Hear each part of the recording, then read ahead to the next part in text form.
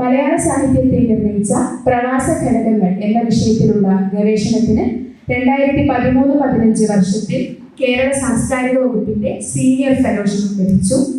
PT Muhammad Sadiq മാധ്യമം, Malayali news തുടങ്ങിയ ദിനപത്രങ്ങളിൽ ലേഖകനായും പത്രാധിപ സമിതി അംഗമായും പ്രവർത്തിച്ചു. മൊയ്തീൻ കാഞ്ചനമാല, ഒരു അപൂർവ പ്രണയ ജീവിതം, യത്തീമിന്റെ നാരങ്ങാമിഠായി എന്നിവ പ്രധാന കൃതികൾ. അതിഥികളെ മലയാള സർവകലാശാലയുടെ പേരിലും സാഹിതി 2025 പേരിലും വേദിയിലേക്ക് സ്വാഗതം ചെയ്യുന്നു. ഒപ്പം സെഷന്റെ ഏകോപനം നിർവഹിക്കുന്ന സാഹിത്യരചനാ വിഭാഗം ഗവേഷക മെൽനിയ ആൻഡ്രി ജൂലിയും വേദിയിലേക്ക് ക്ഷണിക്കുന്നു. എല്ലാവർക്കും നമസ്കാരം. ഡയസ്പറ എഴുത്തും ജീവിതവും എന്ന സെഷനാണ് ഇവിടെ നടക്കുന്നത്. സെഷനിൽ പങ്കെടുക്കുന്നത് വി മുസഫർ അഹമ്മദ്, PT മുഹമ്മദ് സാദിഖ്. രണ്ടുപേരെയും ഈ ഒരു സെഷനിലേക്ക് വളരെ സ്നേഹത്തോടെ സ്വാഗതം ചെയ്യുന്നു. 4 മണിക്ക് കഴിയേണ്ട സെഷനായിരുന്നു. കുറച്ച് സമയം കയറിപ്പോയി, എങ്കിലും നമുക്ക് ഇവരിൽ നിന്നും അധികം കേൾക്കാമെന്ന് തന്നെ ഞങ്ങൾ വിചാരിക്കുന്നു. അപ്പോൾ സമയമില്ലാത്തതുകൊണ്ട് ഞാൻ ആദ്യം തന്നെ ഒരു ചോദ്യം എന്ന രീതിയിൽ രണ്ടുപേരോടും ചോദ്യം എന്ന രീതിയിൽ പറയട്ടെ. നമ്മുടെ ഇന്നത്തെ വിഷയം ഡയസ്പറ എഴുത്തും ജീവിതം എന്നാണല്ലോ. അതിന്റെ ആദ്യത്തെ വാക്ക് തന്നെ ഞാൻ എടുക്കുന്നു, ഡയസ്പറ.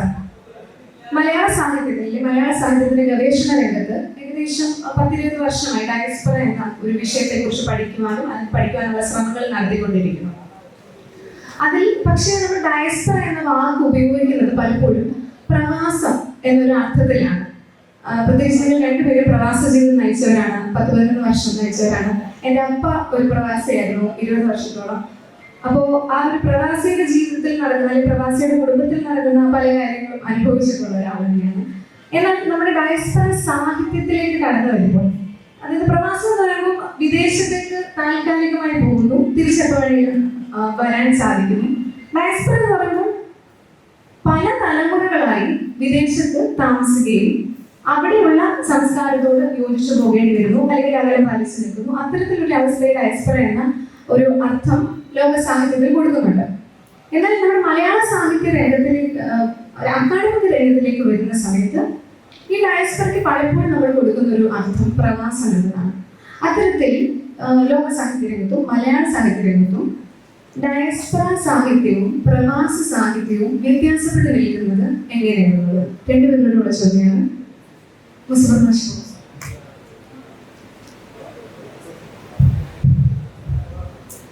എല്ലാവർക്കും നമസ്കാരം.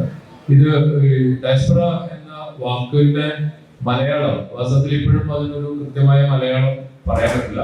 കേട്ടാൽ പേടിക്കുന്ന ഒരു മലയാള വാക്കാണ് അതിന് സാധാരണ പറയാറ്. വികേന്ദ്രീകൃത പ്രവാസം എന്നൊക്കെയാണ് അതിന് പറയാറ്. വികീർണ പ്രവാസം എന്ന വിവർത്തനമൊക്കെയാണ് കണ്ടിട്ടുള്ളത്. ഇവിടെ നമ്മൾ മനസ്സിലാക്കേണ്ടത് എങ്ങനെയാണ് ഡയസ്പൊറിക് അല്ലെങ്കിൽ പ്രവാസം എന്ന് പറയുന്നത് എന്താണ്, എക്സൈൽ എന്ന് പറയുന്നത് എന്താണ്. അത് പലപ്പോഴും മലയാളിയുടെ ജീവിതം, അതായത് നമ്മളിവിടെ പറയുന്ന പ്രവാസ ജീവിതം എന്ന് മലയാളിയെ കുറിച്ച് നമ്മൾ പറയുമ്പോൾ, മലയാളി ജീവിതത്തെ കുറിച്ച് പറയുമ്പോൾ പുറംവാസ മലയാളിയുടെ ജീവിതം എന്ന രീതിയിലാണ് നമ്മളിത് പറയുന്നത്. കേരളത്തിന് പുറത്താവാം, ഇന്ത്യക്ക് പുറത്താകാം. അവിടെ ജീവിക്കുമ്പോൾ ആ ഒരു ഡയസ്പോറയ്ക്കകത്ത് വിവിധങ്ങളായ സമൂഹങ്ങൾക്കും സമുദായങ്ങൾക്കും ഇടയിൽ ജീവിക്കുമ്പോൾ മലയാളിയെ തന്നെ എങ്ങനെ ആവിഷ്കരിക്കുന്നത്, ഈ അർത്ഥത്തിലാണ് നമ്മൾ സാധാരണഗതിയിൽ ഡയസ്പറ എന്ന് ഉപയോഗിക്കുന്നത്. അപ്പൊ മഹമ്മദ് ദർവിഷ് എക്സൈലിൽ കഴിഞ്ഞ രാഷ്ട്രീയ കാരണങ്ങളാൽ പ്രവാസിയായിരുന്ന ഒരാളാണ് മഹമ്മദ് ദർവിഷിനെ പോലെ ഇവിടെ നിന്ന് ഗൾഫിലേക്കോ യൂറോപ്പിലേക്കോ ആഫ്രിക്കയിലേക്കോ തൊഴിൽ തേടിയോ വിദ്യാഭ്യാസം തേടിയോ പോകുന്ന ഒരു മലയാളിയെ നമുക്ക് അതുമായി തുലനപ്പെടുത്താൻ പറ്റില്ല. രണ്ട് അവസ്ഥകളുണ്ട്. അപ്പൊ അത് ഈ ഡയസ്പൊറയിൽ സംഭവിക്കുന്നത് ഒരുപക്ഷെ കുറെ കൂടി എക്സ്റ്റൻഡഡ് ആയ തലമുറകളുടെ കഥയാണ്. ഒരു തലമുറയുടെ കഥയാവണമെന്നില്ല ഡയസ്പൊറയിൽ സംഭവിക്കുന്നത്. അപ്പോ നമ്മള് സാധാരണ നമ്മൾക്കും കേരളത്തിലൊക്കെ തന്നെ നമ്മൾ പ്രവാസകാര്യ വകുപ്പ് എന്ന് തന്നെയാണ് ഇതിനെ വിളിച്ചുകൊണ്ടിരുന്നത്. ഈ പ്രവാസം എന്ന് മാറ്റി പുറംവാസി എന്ന വാക്ക് ഉപയോഗിക്കുകയും അവരുടെ എക്സ്പ്രഷൻസ് അല്ലെങ്കിൽ അവരെ ആവിഷ്കരിക്കുന്നത് എങ്ങനെയാണ് നമ്മുടെ ഒരു കേരളീയ സാഹിത്യത്തിലേക്കോ കേരളീയ സാമൂഹിക അനുഭവങ്ങളിലേക്കോ വരുന്നത് എന്ന നിലയ്ക്ക് ആണ് നമ്മൾ ഇതിനെ നോക്കിക്കാണുന്നതെന്നാണ് എനിക്ക് തോന്നുന്നത്.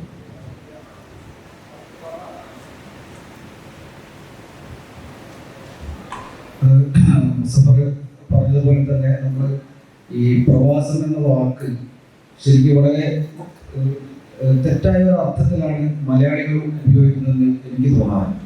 കാരണം നമ്മൾ ഗൾഫിലേക്ക് പോയ അല്ലെങ്കിൽ മറ്റ് രാജ്യങ്ങളിലേക്ക് തൊഴിൽ തേടി പുറപ്പെട്ടു പോയ ആളുകളെ കുറിച്ചാണ് നമ്മൾ പ്രവാസികൾ എന്ന് പറയുന്നത്, അല്ലെങ്കിൽ പ്രവാസം എന്ന് നമ്മൾ പറഞ്ഞുകൊണ്ടിരിക്കുന്നത്. അത് എത്രത്തോളം ശരിയാണെന്ന് എനിക്കറിയില്ല.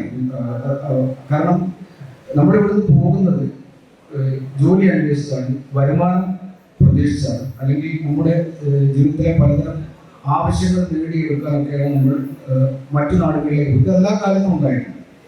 അപ്പം ശരിക്കും പ്രവാസം എന്ന് പറയുന്നത് പല തരം കാരണങ്ങൾ, രാഷ്ട്രീയ കാരണങ്ങളാകാം, സാമ്പത്തിക കാരണങ്ങളാകാം, പല കാരണങ്ങൾ ജനിച്ചു വളർന്ന ഇൻഡിജിനസ് അവരുടെ സ്വന്തം മണ്ണിൽ നിന്ന് അവർക്ക് ചരിത്രപരമായി യാതൊരു ബന്ധവുമില്ലാത്ത, സാംസ്കാരികമായി യാതൊരു ബന്ധവുമില്ലാത്ത മറ്റൊരു നാട്ടിൽ, മറ്റൊരു മണ്ണിലേക്ക് പറിച്ച് നടപ്പെടുന്ന ജീവിതത്തെയാണ് യഥാർത്ഥത്തിൽ പ്രവാസം എന്ന് പറയേണ്ടത്. അപ്പം നമ്മളൊക്കെ കുട്ടിക്കാലത്ത് കേൾക്കുന്ന കഥകളിൽ തന്നെ ഈ പ്രവാസമുണ്ട്. നമ്മൾ ഈ ഖുർആനിലും ബൈബിളിലും ഒക്കെ പറയുന്ന ആദാമിന്റെയും ഹവ്വയുടെയും ഒക്കെ കഥയാണ് നമ്മൾ കുട്ടിക്കാലത്ത് ആദ്യം കേൾക്കുന്നത്, അല്ലെങ്കിൽ നമ്മൾ മത പാഠശാലകളിലൊക്കെ പഠിക്കുന്ന ആ കഥയിൽ തന്നെ പ്രവാസമാണ്. കാരണം നമ്മൾ കഥയിൽ പറയുന്നത് ഈ ആദമിന്റെയും ഹവ്വയുടെയും ജന്മരാജ്യം സ്വർഗമാണ്, സ്വർഗരാജ്യമാണ്. സ്വർഗരാജ്യത്തിൽ നിന്ന് ദൈവത്തിന്റെ ആജ്ഞകൾ ലംഘിക്കുമ്പോൾ അവരെ പുറത്താക്കി. അപ്പൊ അവർക്ക് പരിചയമില്ലാത്ത ഒരു മറ്റൊരു സ്ഥലമായ ഭൂമിയിലേക്കാണ് അവർ ഇറങ്ങി വരുന്നത്, അവർ പുറത്താക്കപ്പെടുന്നത്. അവിടെ അവർ പിന്നീട് ജീവിതം കെട്ടിപ്പടുക്കാൻ ശ്രമിക്കുന്ന കഥകളെ കുറിച്ച് നമ്മൾ കേൾക്കുന്നു. അതുപോലെ ഈ രാജാവിന്റെ അല്ലെങ്കിൽ ഭരണകൂടത്തിന്റെ ആജ്ഞകൾ ലംഘിക്കുമ്പോൾ, അല്ലെങ്കിൽ ഭരണകൂടത്തിന് എതിരായി പ്രവർത്തിക്കുമ്പോൾ നാട് കടത്തപ്പെടുന്ന ഒരുപാട് ആളുകളെ കുറിച്ച്, ഭരണാധികാരികളെ കുറിച്ച് ഒക്കെ നമ്മൾ വായിക്കാറുണ്ട്. അങ്ങനെ പല നാടുകളിൽ വിപ്രവാസ ജീവിതം നയിക്കുന്ന ഭരണാധികാരികൾ ഉണ്ടാവാറുണ്ട്. അതുപോലെ ഉള്ള പലതരം കാരണങ്ങളാൽ മറ്റ് നാടുകളിൽ പോയി ജീവിക്കേണ്ടി വരുന്ന ആളുകളുടെ ഒരു ജീവിതത്തെയാണ് യഥാർത്ഥത്തിൽ പ്രവാസം എന്ന് പറയുന്നത്.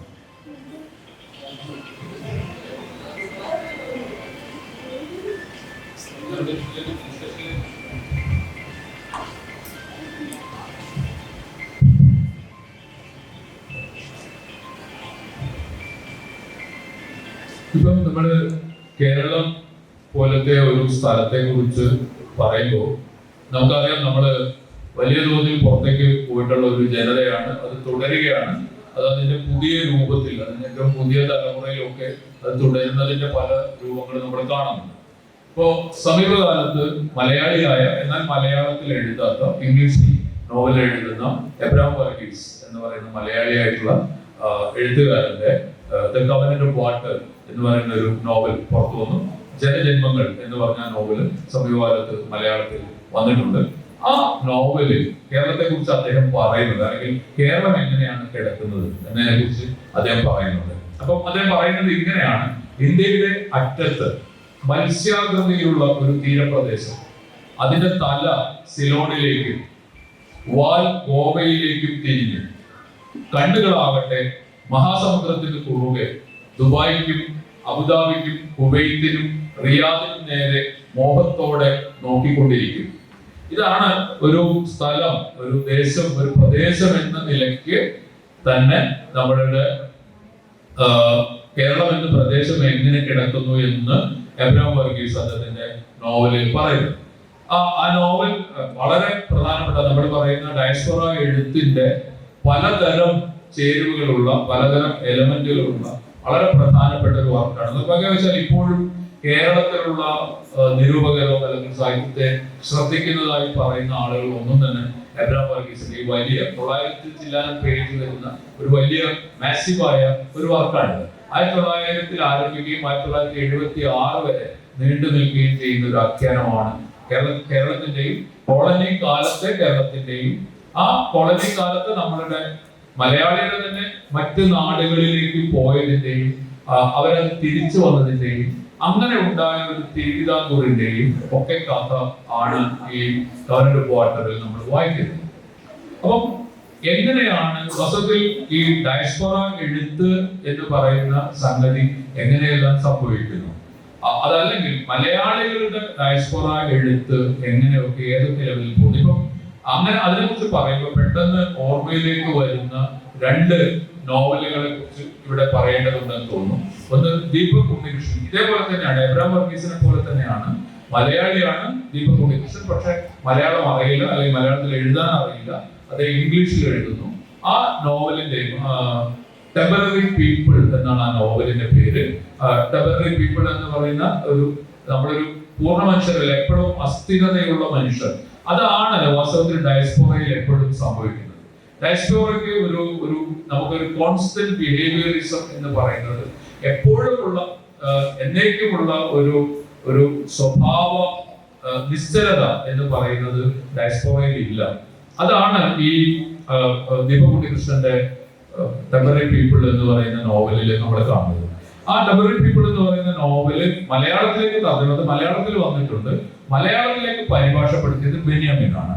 ഇപ്പൊ നമുക്കറിയാം ഡയസ്പോറയെ കുറിച്ച്, അല്ലെങ്കിൽ ഈ സോക്കാൾഡ് പ്രവാസ സാഹിത്യം എന്ന് പറയുമ്പോഴെല്ലാം നമ്മൾ ആദ്യം പറയുന്ന ആടുജീവിതം എഴുതിയ ആള് എന്തുകൊണ്ട് ടെമ്പററി പീപ്പിളിന്റെ പരിഭാഷകനായി. ഇപ്പൊ ഈ ഡയസ്പോറയിൽ സംഭവിക്കുന്ന ഒരു പ്രധാനപ്പെട്ട കാര്യം എന്ന് പറയുന്നത് പരിഭാഷ, ട്രാൻസ്ലേഷൻ എന്ന് പറയുന്നത്. കാരണം നമ്മൾ മറ്റൊരുപാട് ഭാഷകളിലേക്ക്, മറ്റൊരുപാട് സാംസ്കാരിക സന്ദർഭങ്ങളിലേക്ക് എത്തിച്ചേരാണ്. അപ്പൊ അതേപോലെ ഈ സോണിയ കെ റഫീഖിന്റെ പെൺകുട്ടികളുടെ വീട് എന്ന് പറയുന്ന മറ്റൊരു നോവലുണ്ട്. ഈ രണ്ട് നോവലുകളിനെ അതിന്റെ ഒരു റെപ്രസെന്റേറ്റീവ് ആയിട്ടാണ് പറയുന്നത്. രണ്ട് ഗൾഫിലെ ജീവിതത്തെയാണ് പ്രതികരിക്കുന്നത്. സോണിയയുടെ നോവലിന്റെ പ്രത്യേകത, പെൺകുട്ടി എന്ന വാക്ക് അറബ് ലോകത്ത് പെൺകുട്ടി എന്ന് വിളിക്കുന്നത് ജീവിതത്തിൽ വിവാഹം കഴിക്കാത്ത സ്ത്രീകളെയാണ് അവിടെ പെൺകുട്ടി എന്ന് വിളിക്കുന്നത്. അപ്പൊ ഈ പെൺകുട്ടികളുടെ വീട് എന്ന് പറയുന്നത് ജീവിതകാലം അത്രയും അവിവാഹിതരായി ജീവിച്ച രണ്ട് സ്ത്രീകളുടെ കഥയാണ്. ആ രണ്ട് സ്ത്രീകളുടെ പേര്, അവർ ഉപയോഗിച്ചിരുന്ന വസ്തുക്കൾ, അവരുടെ ചില ചെറിയ ഡയറി പോലുള്ള സാധനങ്ങൾ, ഇതെല്ലാം ഇന്നും നമുക്ക് ഷാർജയില് ഒരു മ്യൂസിയം ആയിട്ട് കാണാം. അവർ ജീവിച്ച വീട് ഒരു മ്യൂസിയം ആയിട്ടാണ് ഇന്ന് കാണുന്നത്. അപ്പൊ ആ രണ്ട് അവിവാഹിതങ്ങളായി കഴിഞ്ഞ ആ രണ്ട് സ്ത്രീകളുടെ ജീവിതത്തിൽ നിന്നുകൊണ്ട് കേരളീയ സ്ത്രീ ജീവിതത്തിലേക്ക് നോക്കുകയാണ്. അതാണ് ഡയസ്പോറയിൽ നിന്നുള്ള ഒരു നോട്ടം എന്ന് പറയുന്നത്. ദീപക് ഉണ്ണികൃഷ്ണന്റെ നോവലിൽ ഒരാൾക്ക് നാട്ടിൽ പോകണം, അയാൾക്ക് അവധിക്ക് കേരളത്തിലേക്ക് വരണം, അയാൾ തന്നെ പെട്ടെന്ന് ഒരു സ്യൂട്ട് കേസ് ആയിട്ട് മാറുന്നതായിട്ട് പറഞ്ഞുകൊണ്ടാണ് ആ നോവൽ ആരംഭിക്കുന്നത്. ആ നോവലില് കെട്ടിടങ്ങൾ കെട്ടുകയും ആ കെട്ടിടങ്ങളുടെ നിർമ്മാണം കഴിയുന്നതോടുകൂടി ആ സ്ഥലത്ത് നിന്ന് ഒഴിവാക്കപ്പെടുകയും ചെയ്യുന്ന ഗൾഫിലുള്ള അടിത്തട്ട്, നമ്മൾ പറയുന്ന ഡയസ്പോറയിലെ അടിത്തട്ട് തൊഴിലാളികളുടെ കഥയാണ് അതിൽ പറയുന്നത്. ഈ സ്യൂട്ട് കേസ് എന്ന് പറയുന്നത്, നമ്മൾ പെട്ടെന്ന് സ്യൂട്ട് കേസ് ആയി മാറുന്നു എന്ന് പറയുന്നത് പലസ്തീൻ പോയട്രിയിൽ സ്ഥിരമായി ഉപയോഗിക്കുന്ന, പലസ്തീൻ സാഹിത്യത്തിൽ സ്ഥിരമായി ഉപയോഗിക്കുന്ന ഒരു രൂപകമാണ് സ്യൂട്ട് കേസ്. കാരണം പലസ്തീനികൾക്ക് സ്ഥിരമായ ഒരു വീടില്ലാത്ത അവസ്ഥയുണ്ട്. അപ്പൊ അവർ ഈ സ്യൂട്ട് കേസ് എടുത്ത് ഒരു സ്യൂട്ട് കേസിൽ ഒതുക്കി വെക്കാവുന്ന സാധനങ്ങളുമായി നിരന്തരം പലായനം ചെയ്യുന്നവരാണ് പലസ്തീനികൾ. ഇവിടെ സ്വന്തം നാട്ടിലേക്ക് ഒരു സ്യൂട്ട് കേസ് ആയി പരിവർത്തിക്കപ്പെട്ട് തിരിച്ചെത്തുന്ന ആളുകളെ കുറിച്ച്, അല്ലെങ്കിൽ ഇതെല്ലാം മനുഷ്യന്റെ അഭിലാഷങ്ങളാണ്. ഡയസ്പോറയിൽ എപ്പോഴും സംഭവിക്കുന്നത് മനുഷ്യന്റെ അഭിലാഷങ്ങളുടെ പ്രതിഫലമാണ്. ഇവിടെ ഈ നിങ്ങളുടെ ഈ സാഹിത്യയുടെ ഒരു പ്രമേയം അതിജീവനം എന്നുള്ളതാണ്. അപ്പൊ എങ്ങനെയാണ് ഡയസ്പോറയിൽ നമ്മൾ അതിജീവിക്കുന്നത് എന്നതാണ് ആലോചിക്കേണ്ടത്. അതിജീവനത്തിൻ്റെതായ നിരവധി കഥകൾ നമ്മൾ ഇവിടെ കാണാം. അപ്പം അത് എനിക്ക് തുടരാവോ?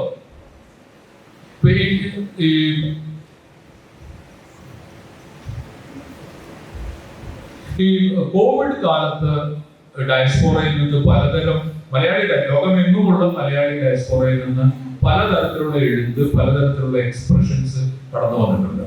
ഇപ്പൊ മലയാളിയെ സംബന്ധിച്ച് ടി നിരഞ്ജൻ എന്ന് പറയുന്ന അദ്ദേഹം കവിയാണ്. അദ്ദേഹം കപ്പലിൽ എഞ്ചിനീയറായിട്ട് ജോലി ചെയ്യുന്ന ആളാണ്. നിരഞ്ജൻ ഒരു ലേഖനം എഴുതി. അത് കോവിഡ് കാലത്തെ യാത്രയും തങ്കശ്ശേരി വിളക്കുമാടവും എന്ന ലേഖനത്തിന്റെ പേര്. അതായത് ഈ കോവിഡ് കാലത്ത് ഇയാള് കപ്പലിൽ ജോലിയാണ്. ഈ കപ്പലിന് എവിടെയും അടുക്കാൻ സമ്മതിക്കുന്നില്ല. ഒരു സ്ഥലത്തും ഈ കപ്പലിന് ഒരു തുറമുഖത്ത് അടുത്ത് അവിടെ അടുപ്പിച്ച് നിർത്താൻ സമ്മതിക്കുന്നില്ല. കാരണം കോവിഡ് കാലത്ത് ഈ കപ്പൽ കോവിഡ് കൊണ്ടുവരുമോ എന്ന ഭയം കൊണ്ട് ഇയാളിങ്ങനെ ലോകം മുഴുവൻ ഫ്യൂവലിന് മാത്രം സമ്മതിക്കണം. അതായത് ഇതിലേക്കുള്ള ഇന്ധനം മാത്രം കയറ്റാൻ സമ്മതിക്കുകയും ബാക്കി ഒന്നിനും സമ്മതിക്കാതെ ഇവരിങ്ങനെ പസഫിക്കിലും ഇങ്ങനെ പല കടലുകളിലൂടെ യാത്ര ചെയ്യാണ്. ഇവർക്ക് കരയിൽ എവിടെയും ഇവരെ അടുപ്പിക്കുന്നില്ല. ഈ സമയത്ത് വളരെ വിചിത്രം എന്ന് നമുക്ക് തോന്നാവുന്ന ഒരു അനുഭവം എന്ന് പറയുന്നത് ഈ തലശ്ശേരി വിളക്കുമാണ്. കൊല്ലത്തുള്ളവർക്ക് അറിയാം, അതൊരു പ്രധാനപ്പെട്ട ഒരു ലൈറ്റ് ഹൗസ് ആണ്. കേരളത്തിൽ ഒരു കാലത്ത് കപ്പലുകൾക്ക് വെളിച്ചം കാണിക്കുന്ന, ദിശ കാണിക്കുന്ന ഒരു വിളക്കുമാടമാണ്, ലൈറ്റ് ഹൗസ് ആണ് തങ്കശ്ശേരി വിളക്കുമാടം. അപ്പൊ നിരഞ്ജന്റെ കപ്പൽ 3 തവണ തങ്കശ്ശേരി വിളക്കുമാടം കടന്നു പോകുന്നുണ്ട്. പക്ഷെ അവിടെ കേരളത്തിലും അയാളുടെ കപ്പൽ അടുപ്പിക്കാൻ പറ്റുന്നില്ല, അല്ലെങ്കിൽ ഇറങ്ങാൻ പറ്റുന്നില്ല. അപ്പൊ ഇയാൾക്ക് അറിയാം തങ്കശ്ശേരി കടന്നു പോകുമ്പോൾ തന്റെ വീട് എത്ര അടുത്താണ്, പാലക്കാട്ടാണ് അയാളുടെ വീട്. അപ്പം തങ്കശ്ശേരി കടന്ന് ഇത് നേരെ മംഗലാപുരത്തേക്കുള്ള ട്രാക്കിൽ പോകുമ്പോൾ താൻ തന്റെ വീടിന് സമാന്തരമായി ഇങ്ങനെ കടന്നു പോകുന്ന ഒരു അനുഭവമാണ്. അപ്പൊ എനിക്ക് തോന്നുന്നത് ഡയസ്പോറിക് റൈറ്റിങ്ങിനെ കുറിച്ച് നമ്മൾ ചർച്ച ചെയ്യുമ്പോൾ ഏറ്റവും കൂടുതൽ പ്രധാനമായി ചർച്ച ചെയ്യേണ്ട ഒരു ലേഖനമാണ് നിരഞ്ജൻ എഴുതിയിട്ടുള്ളത്. കാരണം ഒരിക്കലും വീടണയാൻ പറ്റാതെ അന്നത്തെ ഒരു പ്രത്യേക അന്തരീക്ഷം അല്ലെങ്കിൽ അന്നത്തെ രോഗാവസ്ഥയായിരിക്കും അതിന്റെ കാരണമെങ്കിൽ പോലും ഈ വീടണയാൻ കഴിയാതിരിക്കുക എന്ന് പറയുന്നതാണ് ഡയസ്പോറയിലായാലും എക്സൈലിലായാലും പ്രവാസത്തിലായാലും ഈ ഡിസ്പ്ലേസ്മെന്റ് കൊണ്ട് മനുഷ്യർ പൊതുവിൽ അനുഭവിക്കുന്നത്. ഇതേ കാലത്ത് റിയാദിൽ നിന്ന് വന്നിട്ടുള്ള ഒരു പത്രവാർത്തയെ കുറിച്ച് കൂടി പറയാം. അത് ഒരാള് കോവിഡ് വന്നൊരു മലയാളി മരിക്കുന്നു, മറ്റൊരു മലയാളി ഈ കോവിഡ് വന്നവരെ കൊണ്ടുപോയി സംസ്കരിക്കുന്ന, അവരുടെ ശവദാഹം നടത്തുന്ന സംസ്കരിക്കുന്ന ഒരു മലയാളി ഇയാളുടെ ബോഡി കൊണ്ടുപോവാണ്. ഇപ്പൊ ബോഡി കൊണ്ടുപോകുമ്പോൾ ഒരു ആംബുലൻസ് ഡ്രൈവർ ഉണ്ട്. ഈ ബോഡി ഈ സിമിട്രിയിൽ അല്ലെങ്കിൽ അവിടുത്തെ ഖബർസ്ഥാനിൽ എത്തുന്നതോടുകൂടി ആംബുലൻസ് ഡ്രൈവർ ഓടിപ്പോവാണ്. ഇനി നീ എന്താ ചെയ്ത, എനിക്ക് ബോഡിയൊന്നും ഞാൻ കൊള്ളൂല, എനിക്ക് രോഗം വരാൻ പറ്റില്ല എന്ന് പറഞ്ഞു പോകും. പിന്നെ ഈ ഒരൊറ്റ ആളും ഒരു മൃതദേഹം നിൽക്കുകയാണ്. അപ്പം ഈ മനുഷ്യൻ മറ്റൊന്നും ചെയ്യാൻ കഴിയില്ല, ഈ കബർ കിളച്ചിട്ടുണ്ട്, കുഴിച്ചിട്ടുണ്ട്. അതുകൊണ്ട് ഇയാൾ ഒറ്റയ്ക്ക് ഈ ബോഡി ഷോൾഡറിൽ ഏറ്റി കൊണ്ടുപോയി കബറിൽ കൊണ്ടുപോയി വെച്ച് അടക്കം ചെയ്യാം. അപ്പൊ അത് അന്നൊരു പത്രവാർത്ത മാത്രമായിരുന്നു. കാരണം ഈ കൃത്യം ചെയ്തയാള് ഒരു എഴുത്തുകാരനോ അയാൾക്ക് എഴുതണം എന്ന് ആഗ്രഹിക്കുന്ന ആളോ അല്ല. ഇപ്പൊ നമ്മുടെ ഡയസ്പോറയിൽ സംഭവിക്കുന്നത്, പ്രത്യേകിച്ച് ഇത്തരത്തിലുള്ള വളരെ എമർജൻസി ആയിട്ടുള്ള സന്ദർഭങ്ങളിൽ നമ്മുടെ ഡയസ്പോറിക് റൈറ്റിംഗിൽ സംഭവിക്കുന്നത് എന്താണ്? ഒരാൾക്ക് എഴുതാൻ കഴിയുന്നു, മറ്റൊരാൾക്ക് എഴുതാൻ കഴിയുന്നില്ല. അതിൽ നിന്ന് നമ്മൾ മനസ്സിലാക്കേണ്ടത് നമ്മളുടെ ഈ പറഞ്ഞ പുറംവാസ അനുഭവങ്ങളുടെ, ഡയസ്പോറ അനുഭവങ്ങളുടെ എഴുത്തിൽ ഇന്ന് നമ്മൾ ചിലതൊക്കെ അതിൽ വായിക്കുന്നുണ്ടെങ്കിലും നമ്മൾ വായിച്ചതിന്റെ എത്രയോ ഇരട്ടി എഴുതപ്പെടാതെ പോയിട്ടുണ്ട് എന്നുള്ളതാണ്. ഇപ്പൊ ഉദാഹരണത്തിന് നമ്മളിപ്പം ഈ ചങ്ങലയിൽ ആളുകൾ അമേരിക്കയിൽ പോയിട്ട് ചങ്ങല കൈയും കാലിലൊക്കെ ചങ്ങലയിട്ട് കൊണ്ടുവരുന്നതിന്റെ ഈ അനധികൃത കുടിയേറ്റം എന്ന് പറയുന്നതിന്റെ ഒരു വാർത്തകൾ നമ്മുടെ സമീപകാലത്ത് ധാരാളമായിട്ട് കാണുന്നുണ്ട്. അപ്പൊ നമ്മൾ മനസ്സിലാക്കേണ്ടത് ഇതേ അനുഭവം, ഞാനും സാദിഖുമൊക്കെ സൗദി അറേബ്യയിലെ ജിദ്ദയിൽ ജോലി ചെയ്ത് ജീവിക്കുന്ന കാലത്ത് ഞങ്ങൾ കണ്ടിട്ടുള്ള ഒരു കാഴ്ച എന്ന് പറയുന്നത് അവിടെയുള്ള ഒരു പാലത്തിനടിയിൽ, ഞാൻ എഴുതിയിട്ട് സാദിഖ് എഴുതിയിട്ടുണ്ട് അതിനെക്കുറിച്ച്, കന്തറ പാലം എന്ന് പറയുന്ന ഒരു പാലത്തിനടിയിലാണ് ഈ രേഖകളില്ലാത്ത ആളുകൾ വന്നിരിക്കുക. വന്നിരുന്നിട്ട് ഇത് വളരെ മാസീവായിട്ട് നമ്മൾ വിചാരിക്കുന്ന മാതിരി 5-10 ആളുകളായിരിക്കില്ല.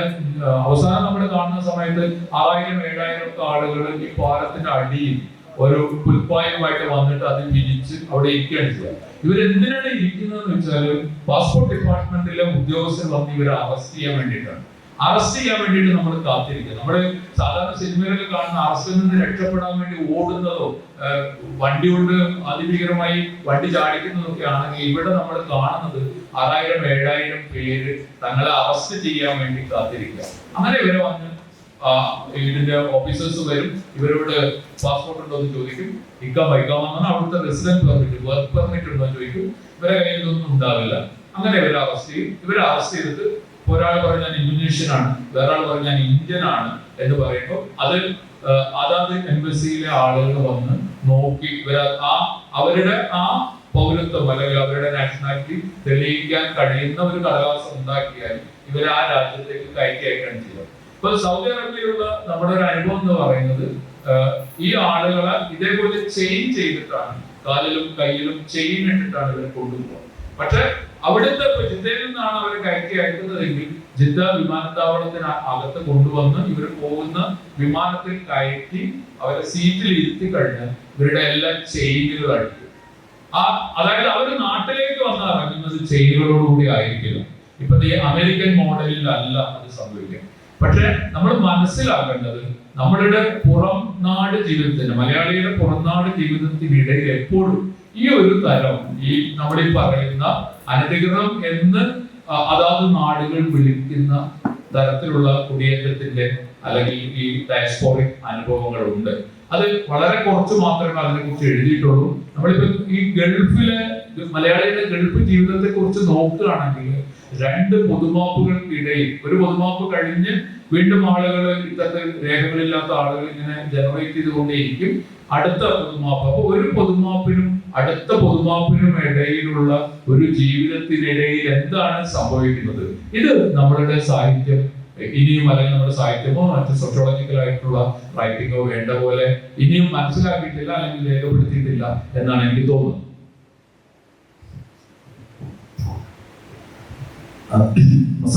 പറഞ്ഞ് നിർത്തിയെടുത്തുനിന്ന് തന്നെ തുടങ്ങാൻ പറ്റും. കാരണം മലയാളികളുടെ പ്രവാസത്തിന് ഒരുപാട് വർഷങ്ങളുടെ പതിറ്റാണ്ടുകളുടെ ചരിത്രമാണ്. പക്ഷെ ആ ചരിത്രം നമ്മളുടെ ചരിത്രകാരന്മാരോ സാഹിത്യകാരന്മാരോ വേണ്ടത്ര രേഖപ്പെടുത്തിയിട്ടില്ല എന്നത് തന്നെയാണ് യാഥാർത്ഥ്യം. കാരണം ഈ കള്ള ലോഞ്ചുകളിൽ കയറിയാണ് മലയാളി യഥാർത്ഥത്തിൽ പ്രവാസ ജീവിതം ആരംഭിക്കുന്നത്. ആ കള്ള ലോഞ്ചുകളിൽ കയറി അറേബ്യൻ തീരങ്ങളിലേക്ക് യാത്ര പോയവരുടെ ചരിത്രമൊന്നും ഏറെ രേഖപ്പെടുത്തി. അവരുടെ ജീവിതാനുഭവങ്ങളൊക്കെ നമുക്ക് സങ്കല്പിക്കാൻ കഴിയുന്നതിനും അപ്പുറമുള്ള ഒരു ജീവിതമാണ്. അതുമായി ബന്ധപ്പെട്ട് അപൂർവമായി ചില ഫീച്ചറുകളും ചില മനുഷ്യന്റെ ഓർമ്മക്കുറിപ്പുകളൊക്കെ വന്നു എന്നതല്ലാതെ അതിനെ കൃത്യമായി രേഖപ്പെടുത്തുന്ന ഒരു സാഹിത്യമോ ചരിത്ര രേഖയോ ഇപ്പോൾ ലഭ്യമാണ്. അതുപോലെ നമ്മുടെ ഈ സെഷന്റെ തലക്കെട്ട് പ്രവാസം, എഴുത്തും ജീവിതവുമാണ്. ഞാനും മുസഫറും ഒക്കെ പത്രപ്രവർത്തകരായിട്ടാണ് സൗദി അറേബ്യയിലേക്ക് പോകുന്നത്. 1999 ജൂലൈ 11 ഞങ്ങൾ രണ്ടുപേരും ഒരേ വിമാനത്തിലാണ് അവിടെ ചെന്നിറങ്ങുന്നത്. അവിടെ ചെന്നിറങ്ങുമ്പോൾ ആദ്യം തന്നെ ഉണ്ടാകുന്നത് ഒരു ദുരനുഭവമാണ്. അത് ഞാൻ തുടക്കത്തിൽ പറഞ്ഞു, നമുക്ക് ഭാഷാപരമായിട്ടോ സാംസ്കാരികപരമായിട്ടോ ചരിത്രപരമായിട്ടോ ഒന്നും ഒരു ബന്ധവുമില്ലാത്തൊരു നാട്ടിലേക്ക് നമ്മൾ തൊഴിലിന്റെ പേരിൽ മാറി താമസിക്കേണ്ട ഒരവസ്ഥ വരിക. അപ്പോൾ വിമാനത്തിൽ നിന്ന് സാധാരണ നമ്മൾ മറ്റൊരു രാജ്യത്ത് ചെന്നിറങ്ങുമ്പോൾ ഒരു ഡിസ്എംബാർക്കേഷൻ ഫോം ഉണ്ട്. ആ ഫോം ഫില്ല് ചെയ്ത് ഇമിഗ്രേഷൻ കൗണ്ടറിൽ ഏൽപ്പിക്കണം. അപ്പോഴാണ് അവർ നമുക്ക് ഈ എൻട്രി സ്റ്റാമ്പ് ചെയ്തത്. അപ്പോൾ ഞങ്ങളുടെ കയ്യിൽ നിന്ന് ക്യൂ നിൽക്കുന്ന സമയത്ത് തന്നെ ഈ ഡിസംബാർക്കേഷൻ ഫോം ഒരു ഉദ്യോഗസ്ഥൻ വന്ന് വാങ്ങിക്കൊണ്ടുപോകും. അപ്പോൾ ഞാൻ കൗണ്ടറിൽ ആദ്യം സ്കൂളിലും മദ്രസയിലും കോളേജിലും ഒക്കെ അത്യാവശ്യം അറബി പഠിച്ചതുകൊണ്ട് മുസഫറും ഞങ്ങളുടെ സംഘം എന്നെയാണ് മുന്നിൽ നോക്കിയത്. അപ്പൊ ഞാൻ ചെന്നപ്പോൾ എന്നോട് അറബി എന്തോ ചോദിച്ചു. ആദ്യമായിട്ടാണ് അന്ന് ഈ അറബിയുടെ സംസാര ഭാഷ, കൊളോക്കിയൽ അറബിക്ക് അന്ന് ആദ്യമായിട്ട് കേൾക്കണം. അപ്പൊ ഞാൻ ഈ പഠിച്ച അറബി അയാൾ പറയുന്നത് എനിക്ക് മനസ്സിലാകുന്നില്ല. അപ്പൊ ഞങ്ങള് പുതിയ വിസയിൽ പുതുതായി വന്നവരാണ് എന്ന് എനിക്ക് അറിയാവുന്ന അച്ചടി അറബിയിൽ പറഞ്ഞിട്ട് അയാൾക്ക് മനസ്സിലാകും. പെട്ടെന്ന് അയാൾ അലറി വിളിക്കുക, അത് പുറത്തേക്ക് വരില്ല. അപ്പൊ ആ പറഞ്ഞതിന്റെ അർത്ഥം ഗെറ്റ് ഔട്ട് എന്നാണ് പിന്നെയാണ് മനസ്സിലാവുന്നത്. അപ്പൊ നമ്മള് അറിയാത്തൊരു രാജ്യത്ത് ചെന്ന് ഉടനെ തന്നെ ആ രാജ്യത്ത് നിന്ന് പുറത്താക്കപ്പെട്ടെന്നുള്ള ഒരു ഭീതിയിലേക്ക് നമ്മൾ പോകുന്നു. അപ്പൊ അങ്ങനെ നമുക്ക് അറിയാത്ത ഒരു സ്ഥലത്തേക്ക് നമ്മൾ ചെന്നെത്തുകയാണ്. അപ്പൊ അവിടെ ചെന്നപ്പോൾ പത്രപ്രവർത്തന മേഖലയിൽ ജോലി ചെയ്തുകൊണ്ട് നമുക്ക് ഒരുപാട് മനുഷ്യരുമായിട്ട് ഇടപഴകാനുള്ള അവസരങ്ങൾ ഉണ്ട്. അന്ന് ഞാൻ പുസ്തകങ്ങളൊക്കെ പറയായിരുന്നു, ഇവിടെയുള്ള ഓരോ മനുഷ്യനും ഓരോ കഥയാണ് അല്ലെങ്കിൽ ഓരോ നോവലാണ്. അതാണ് പിന്നീട് ബെന്യാമിൻ ആടുജീവിതത്തിന്റെ തുടക്കത്തിൽ എഴുതി വെക്കുന്നത്, നാം അനുഭവിച്ചിട്ടില്ലാത്ത ജീവിതങ്ങൾ നമുക്ക് കെട്ടുകഥയാണ്. അതുപോലെ കെട്ടുകഥകളെ പോലും വെല്ലുന്ന ഒരുപാട് കഥകളുള്ള മനുഷ്യരെ നമുക്ക് പ്രവാസ ഭൂമിയിൽ കണ്ടെത്താൻ പറ്റും. അപ്പോൾ ആടുജീവിതമൊക്കെ വരുന്നതിന് മുമ്പാണ് ഞങ്ങൾക്കൊക്കെ ഇങ്ങനെ റൂറൽ റിപ്പോർട്ടിങ്ങിന് ഒരു അവസരം ഞങ്ങളുടെ പത്രസ്ഥാപനങ്ങളിൽ കിട്ടുമായിരുന്നു. ഞാൻ പോകുമ്പോഴും മുസഫർ പോകുമ്പോഴും ഒക്കെ മരുഭൂമിയുടെ യാത്ര ചെയ്യാനാണ് ഞങ്ങളൊക്കെ ശ്രമിച്ചത്. അപ്പോൾ എൻ്റെ ആദ്യത്തെ ആഗ്രഹം തന്നെ മരുഭൂമിയിൽ ജീവിക്കുന്ന ആട്ടിടയന്മാരെ കണ്ടെത്തുക എന്നുള്ളതായിരുന്നു. ഞാൻ സൗദി അറേബ്യയിലെ ഇറാഖിനോട് അതിർത്തി പങ്കിടുന്ന അറാർ എന്ന ഒരു ചെറിയ പട്ടണത്തിലാണ് ഞാൻ പോകുന്നത്. അപ്പോൾ അവിടെ ചെന്നപ്പോൾ ഞാൻ ചോദിക്കുന്നു, ഈ ഭാഗത്ത് മരുഭൂമിയിൽ ജോലി ചെയ്യുന്ന ആട്ടിടയന്മാരെ കാണാൻ പറ്റുമോ എന്ന് ചോദിക്കുന്നു. അങ്ങനെ ആ ആട്ടിടയന്മാരെ അന്വേഷിച്ച് പോകുന്നു, അവരുടെ കൂടെ തമ്പിലെടുത്ത് ജീവിക്കുന്നു. ആ നമുക്ക് ആടുജീവിതം വായിച്ചുകൊണ്ട് മലയാളി ആട്ടിടയുടെ ജീവിതം ഞാൻ എത്ര പറഞ്ഞാലും പിന്നെ എന്താ പറയുക, നിങ്ങൾക്ക് ഉൾക്കൊള്ളാൻ പറ്റും. കാരണം അത്രയും കഠിനമായ ജീവിതം അനുഭവിച്ച നജീബിനെ നമ്മൾ അറിയുന്നത്. അതുപോലെ അപ്പൊ അതൊരു സാധാരണ ഇവിടെ നിന്ന് ജോലി തേടി പോകുന്ന ഒരു സാധാരണ മലയാളി അല്ലെങ്കിൽ ഒരു ഇന്ത്യക്കാരന്റെ അവസ്ഥയാണ് ഞാൻ പറഞ്ഞത്. അതുപോലെ അതിനുശേഷം പിന്നീട് പല തരത്തിലുള്ള ആളുകളെ കണ്ടുമുട്ടുകയും അവരുടെ ജീവിതങ്ങളും അനുഭവങ്ങളും കഥകളും ചോദിച്ചറിയുകയും ചെയ്യുകയും പിന്നീട് അത് എഴുതാൻ ശ്രമിക്കുകയും ഞാൻ ചെയ്തിട്ടുണ്ട്. അത്തരം അതുപോലെ എന്നെ വേദനിപ്പിച്ച അല്ലെങ്കിൽ വായന ഒരുപാട് ശ്രദ്ധിച്ച ഒരു അനുഭവമായിരുന്നു അമ്മിഞ്ഞപ്പാലിന് അണ കിട്ടുന്നു എന്ന് പറഞ്ഞ ഒരു ലേഖനം ഞാൻ മാതൃഭൂമി അയച്ചത് എഴുതി. അത് പിന്നീട് പുസ്തകത്തിൽ സമ്മാനിച്ചു. അതുപോലെ എനിക്ക് പരിചയമുള്ള എൻ്റെ ഒരു കൂട്ടുകാരി അവിടെ സൗദി അറേബ്യയിലെ തായിഫ് എന്ന നഗരത്തിൽ ആശുപത്രിയിൽ ജോലി ചെയ്യുന്ന ഒരു നേഴ്സാണ്. അപ്പോൾ പ്രസവം കഴിഞ്ഞ് അവള് വന്ന് ഞാനൊരു ദിവസം ഫോണിൽ വിളിച്ചപ്പോൾ അവള് ഭയങ്കര കരച്ചിലാണ്. അപ്പൊ എന്താണ് കരയുന്നതെന്ന് ചോദിച്ചപ്പോൾ അവൾക്ക് എൻ്റെ മുലകൾ വേദനിച്ചിട്ട് എനിക്ക് ഇരിക്കാനും ഉറങ്ങാനും കിടക്കാനൊന്നും പറ്റുന്നില്ല, ഭയങ്കര വേദന. ഒരു പുരുഷനെ സംബന്ധിച്ചോളം ആ വേദന അറിയില്ല.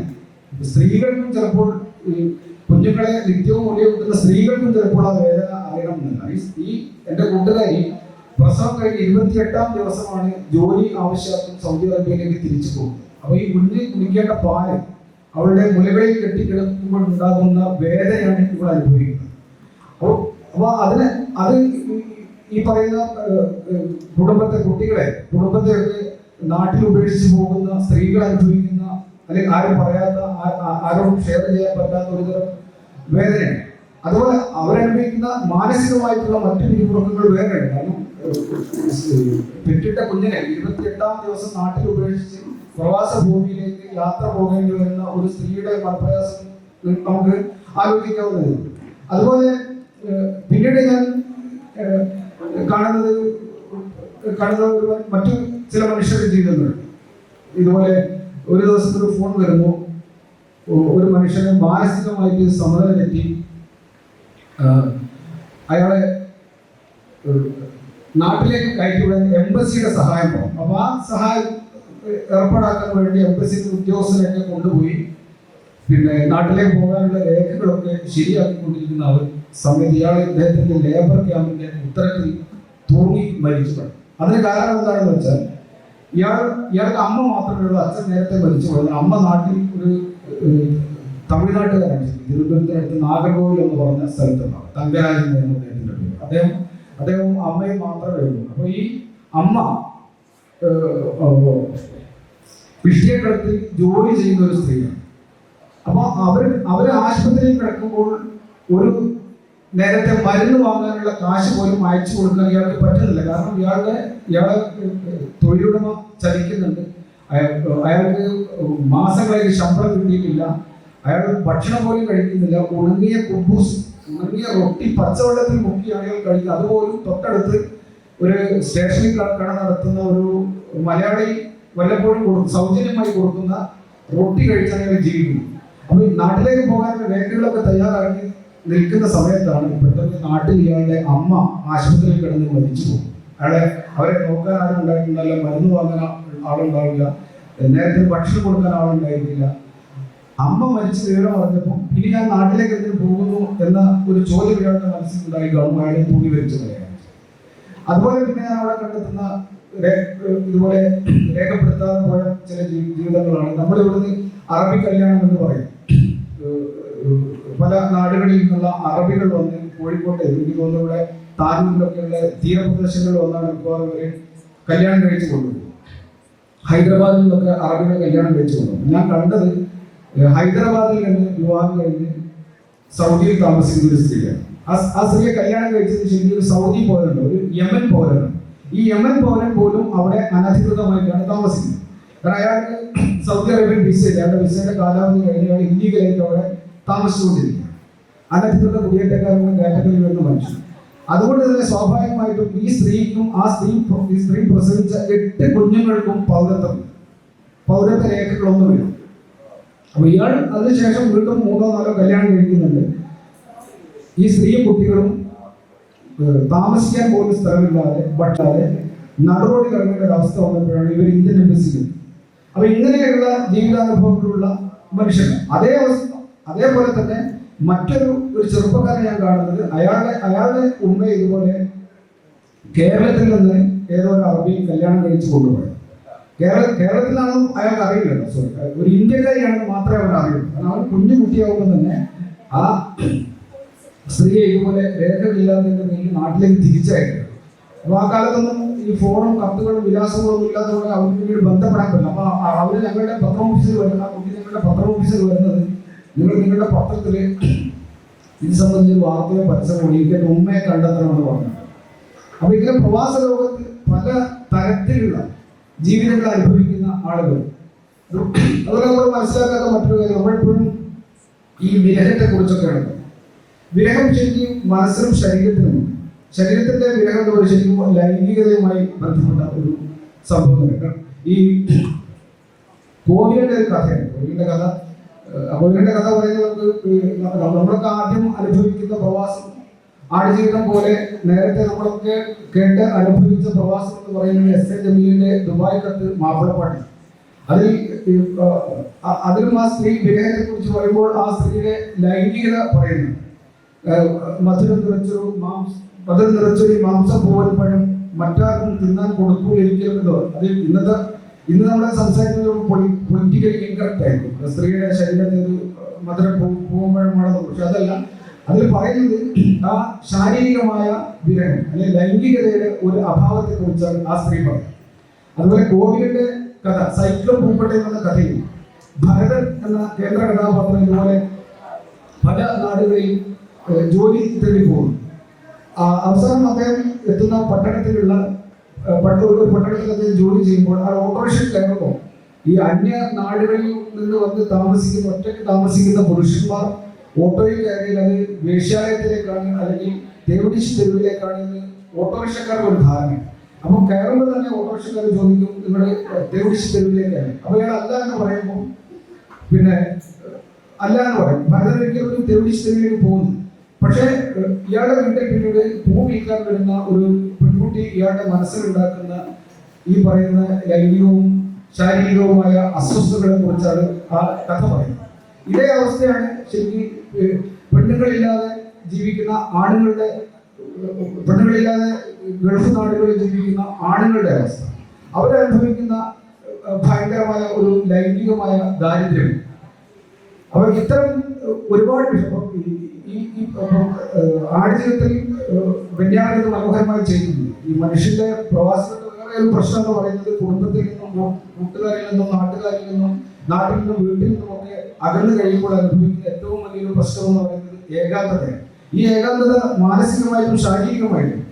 അപ്പോൾ ഇങ്ങനെ കടുത്ത ഏകാന്തത അനുഭവിക്കുമ്പോൾ നമ്മുടെ മുമ്പിലുള്ള ജീവനുള്ളതും ജീവനില്ലാത്തതുമായ എല്ലാ വസ്തുക്കളെയും ഹ്യൂമനൈസ് ചെയ്യുന്ന ഒരു സംഭവം. അത് സൈക്കോളജിസ്റ്റുകൾ അതിനെ കുറിച്ച് പഠിച്ചിട്ടുണ്ട്. നമ്മുടെ മുമ്പിലുള്ള പൂച്ചയാണെങ്കിലും ആടാണെങ്കിലും മരങ്ങളാണെങ്കിലും ഈവൻ മേശ, കസേര, ഗ്ലാസ് ഇങ്ങനെയുള്ള സകലത്തോട് നമുക്ക് സംസാരിക്കാൻ തോന്നും. അതിനോടായിരിക്കും നമ്മുടെ സങ്കടങ്ങൾ പറയും. അത് ബെന്യാമിന്റെ ആടുജീവിതത്തിൽ ആ ഓരോ ആടിനും ഒട്ടകത്തിനൊക്കെ പ്രത്യേകം പേരുകളിട്ട് തന്റെ ഇഷ്ടക്കാരാക്കി മാറ്റുന്ന നജീബിനെ നോക്കുക.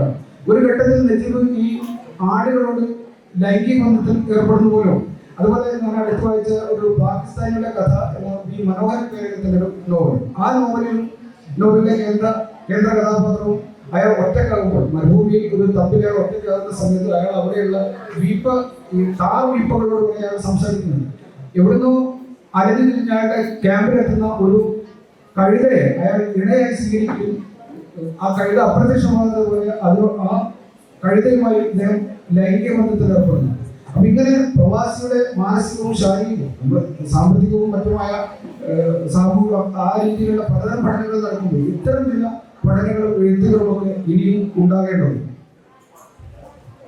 സാർ പറഞ്ഞ അവസാനിപ്പിച്ചതുപോലെ അതായത് ഉദാഹരണത്തിന് ആടുജീവിതം എടുക്കാം. ആടുജീവിതം സിനിമ ഇറങ്ങിയ സമയത്താണ് ഇപ്പോൾ ഇന്നത്തെ തലമുറയിലുള്ള പല ആളുകളും മനസ്സിലാക്കിയ ഒരു കാര്യം, അതിൽ കഥയിൽ പറഞ്ഞിരിക്കുന്ന പല കാര്യങ്ങളിൽ നിന്നും വ്യത്യസ്തമായിരുന്നു നജീബ് എന്ന യഥാർത്ഥ കഥാപാത്രത്തിന്റെ ജീവിതത്തിൽ ഉണ്ടായിരുന്ന സന്ദർഭങ്ങൾ.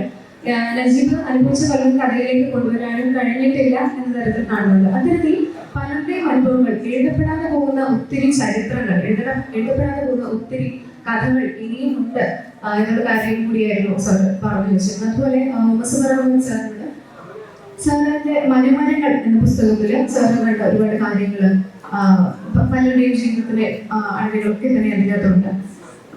ഇതുപോലെ ഇപ്പൊ പറഞ്ഞ പോലെ ആടുജീവിതത്തിന്റെ ആ ഒരു കഥയും യഥാർത്ഥ മനുഷ്യന്റെ കഥയും തമ്മിൽ വ്യത്യാസപ്പെട്ട് നിൽക്കുന്നെന്ന് സാധാരണ ജനങ്ങൾ മനസ്സിലാക്കുന്നത് ഈയിടെയാണെന്നുണ്ടെങ്കിൽ ഈ എഴുത്തും ജീവിതവും തമ്മിലുള്ള വ്യത്യാസത്തെ സാറിന്റെ എഴുത്തു ജീവിതത്തിൽ നിന്ന് വേണമെങ്കിൽ പറയാം. അല്ലാതെ തന്നെ സാഹിത്യ രംഗത്ത് ഈ ഡയസ്പൊറ, പ്രവാസം എന്നിവയുടെ എഴുത്തും ജീവിതവും സാഹിത്യ സാർ പറഞ്ഞ പോലെ വ്യത്യാസപ്പെട്ട് നിൽക്കുന്ന കാര്യങ്ങളെ കുറിച്ച് നമുക്ക് പറയാം. അല്ല, അത് ഈ എഴുത്തും ജീവിതവും അടുത്ത് നിൽക്കുന്നുണ്ടോ അകന്ന് നിൽക്കുകയാണോ എന്നുള്ളതൊക്കെ ഒരുപാട് ജീവിതത്തിലെ നജീബിന്റെ കഥ തന്നെയാണോ ഇത് എന്നൊക്കെ പറയുന്ന അതൊക്കെ മറ്റൊരു തരത്തിൽ പോകുന്ന ഒരു കാര്യമാണ്. നമ്മളിപ്പം എഴുതി കഴിഞ്ഞ ഒരു സംഗതിയെ വെച്ച് നമുക്കത് കാണാൻ പറ്റും. ആ എഴുത്ത് ശരിയായിരുന്നു തെറ്റായിരുന്നു, അത് നോവലാണത്. ജീവിതം ഒരു നോവലാണ്, അത് ആത്മകഥയല്ല, അത് ഒരാളുടെ ജീവചരിത്രമല്ല, അത് നോവലാണ്. നോവലില് എല്ലാം യഥാർത്ഥത്തിൽ ഈ 11-ാം മൈൽക്കുട്ടിയൊക്കെ അതേപോലെ വേണമെന്നൊക്കെ വാദിക്കുന്നതിലൊന്നും കാര്യമില്ല. നിങ്ങൾ സാഹിത്യമൊക്കെ പഠിക്കുന്ന ആളുകളാണ്. ഇവിടെ പ്രധാന സംഗതി എന്ന് പറയുന്നത് ഏതൊക്കെ തരത്തിൽ എക്സ്പ്രസ് ചെയ്യുന്നു, ഏതിനെയൊക്കെ നമ്മൾ സാഹിത്യമായി കാണുന്നു. ഇപ്പൊ നമ്മള് ഗൾഫ് ഈ പറയുന്ന ഡയസ്പോറകളിൽ ഏത് കമ്മ്യൂണിറ്റിയുടെ, മലയാളി എന്നല്ല, ലോകത്തുള്ള ഏത് സമൂഹം, ഏത് രാജ്യക്കാരുടെയും ഡയസ്പോറ സാഹിത്യത്തിലെ ഒരു പ്രധാന സംഭവമായിട്ട് കരുതപ്പെട്ടു പോരുന്നത്, ഇപ്പൊ അത് ഇല്ലെങ്കിൽ കരുതപ്പെട്ടു പോരുന്നത് അവരെഴുതിയ കത്തുകളാണ്. കത്തുകളാണ് ഒരു പ്രധാനപ്പെട്ട റെപ്രസെന്റേറ്റീവ് ഡോക്യുമെന്റ് ആയിട്ട് കാണുന്നത്. അത് സുഹൃത്തിന് എഴുതിയ കത്തായിരിക്കാം, അമ്മയ്ക്ക് അച്ഛന് എഴുതിയ കത്തായിരിക്കാം, ഭാര്യയ്ക്ക് എഴുതിയ കത്താവോ, കാമുകനോ കാമുകിക്കോ എഴുതിയ കത്തുകളായിരിക്കാം. അപ്പൊ നമ്മൾ ആലോചിച്ച് നോക്കണം, ഇന്നത്തെ കാലത്തിനൊക്കെ മുമ്പ് കത്തുകൾ മാത്രം കമ്മ്യൂണിക്കേഷൻ ഡിവൈസ് ആയിരുന്ന ഒരു കാലത്ത് നമ്മളുടെ കേരളത്തിലേക്ക് എത്ര ലക്ഷക്കണക്കിന് കത്തുകൾ ലോകത്തിന്റെ പല ഭാഗത്തു നിന്നും വന്നിട്ടുണ്ടാവും. ആ കത്തുകളിൽ അവർ എന്തൊക്കെ പറഞ്ഞിട്ടുണ്ടാവും നമുക്ക് അറിഞ്ഞൂടാ. നമുക്ക് വളരെ സെലക്റ്റീവായ കുറച്ച് കത്തുകൾ. ഒന്നാമത് കത്ത് ഒരു പബ്ലിക് ഡോക്യുമെന്റ് അല്ല. ഞാൻ എന്റെ ഭാര്യയ്ക്ക് അയക്കുന്ന കത്ത് ഞാൻ എന്റെ ഭാര്യ എന്ന് പറയുന്ന ഒരു കമ്മ്യൂണിക്കേഷൻ പ്രസിദ്ധീകരിക്കാനുള്ളതാണ്. പിന്നീട് കുറെ കാലം കഴിഞ്ഞ് അതിലൊരാളത് പ്രസിദ്ധീകരിക്കുന്നത് വേറൊരു കാര്യം. അപ്പൊ അത്തരം കത്തുകളിൽ നിന്ന് നമ്മൾ കണ്ടെടുക്കുന്ന ഡയസ്പോറിക് കണ്ടന്റ്. ഇപ്പൊ ഉദാഹരണത്തിന് അബുൽ കലാം ആസാദ് എന്ന് പറയുന്നത് വളരെ പ്രശസ്തനായ ഫോട്ടോഗ്രാഫറാണ്. അദ്ദേഹം പല ന്യൂസ് ഏജൻസികളിലെ ഫോട്ടോഗ്രാഫർ ആയിരുന്ന ഒരാളാണ്. അദ്ദേഹത്തിന്റെ ഒരു വലിയ പരമ്പര ദേശാംഗലി വാരികയിൽ ഡിജിറ്റൽ അനലോഗുകളുടെ രാത്രികൾ എന്നൊക്കെ പറഞ്ഞിട്ട് വന്നിരുന്നു. അപ്പൊ അത് തുടങ്ങുന്നത് അദ്ദേഹം ബോംബെക്ക് പോവാണ് ജോലി. അപ്പൊ ബോംബെയിൽ എത്തി വന്ന കൺവീൻസ് അദ്ദേഹത്തിന്റെ അനൂപ് മാത്യു എന്ന് പറയുന്ന ഒരു ഫ്രണ്ട് പോസ്റ്റ് കാർഡ് അയക്കുകയാണ്. ആ പോസ്റ്റ് കാർഡ് ആ പരമ്പരയിൽ പബ്ലിഷ് ചെയ്തിട്ടുണ്ട്, പ്രസിദ്ധീകരിച്ചില്ലായിരുന്നു. അപ്പൊ എങ്ങനെയുണ്ട് ഇയാൾ ക്യാമറമാൻ ആയതുകൊണ്ട്, ഫോട്ടോഗ്രാഫർ ആയതുകൊണ്ട് ക്യാമറ എങ്ങനെയുണ്ട്, ക്യാമറയില് ഇന്ന ഫിലിം നന്നായി ഉപയോഗിക്കാൻ പറ്റുന്നുണ്ടോ എന്നൊക്കെ ചോദിച്ചതിന് ശേഷം അനൂപ് മാത്യു അവസാനം എഴുതുന്ന ഒരു സെന്റൻസ് ഉണ്ട്, keep away from the red street എന്നാണ്. ബോംബെ ആയതുകൊണ്ട് ചുവന്ന തെരുവിലൊന്നും പോയി രോഗങ്ങളൊന്നും വരുത്തരുത് എന്ന മുന്നറിയിപ്പ്. അപ്പൊ അതൊരു സാമ്പിള് മാത്രമാണ്. അപ്പൊ ഇങ്ങനെ ഈ കത്തുകളിലൂടെ എല്ലാം അതേപോലെ മറ്റൊരാള് ഏഷ്യാനെറ്റിന്റെ വെബ്സൈറ്റിൽ പബ്ലിഷ് ചെയ്തത് 1990 എഴുതിയ ഒരു മകൻ, ഒരു ഉമ്മ മകനെ അയച്ചൊരു കത്ത്, ജമാൽ മുഹമ്മദ് അയാളെ കുറിച്ച് കമന്റോറിയലായിട്ട് എഴുതിയിട്ടുണ്ട്. അപ്പൊ അതില് ഈ ഉമ്മയ്ക്ക് ക്യാൻസർ വന്നിട്ട് മകനെ കാണാൻ ആഗ്രഹിച്ചുകൊണ്ട് അവർ എഴുതുന്ന കത്ത്. അപ്പൊ ആദ്യം അസുഖമാണെന്ന് അറിയുന്ന സമയത്ത് ഇയാൾക്ക് കമ്പനിയിൽ നിന്ന് അവധി കിട്ടുന്നില്ല, ഇയാൾക്ക് പോകാൻ പറ്റില്ല. വീട്ടിൽ ഈ ഉമ്മ ഒരു കത്ത് കൂടി എഴുതാം, നീ എന്തായാലും പറഞ്ഞു, നിന്നെ കാണുന്ന എനിക്ക് വലിയ ആഗ്രഹമുണ്ട്, ഇനി എനിക്ക് രോഗമുള്ളത് കൊണ്ട് അതിന്റെ ഭയം കൊണ്ടാണ് നീ വരാതിരിക്കുന്നതെങ്കിൽ നിന്റെ ഭയത്തിൽ നിന്ന് നിനക്ക് ശാന്തി തരുന്ന ഒരു കൂട്ടുകാരനെ കൂട്ടി വരിക എന്നാണ് ഈ ഉമ്മ കത്തെഴുതുന്നത്, അമ്മ കത്തെഴുതുന്നത്.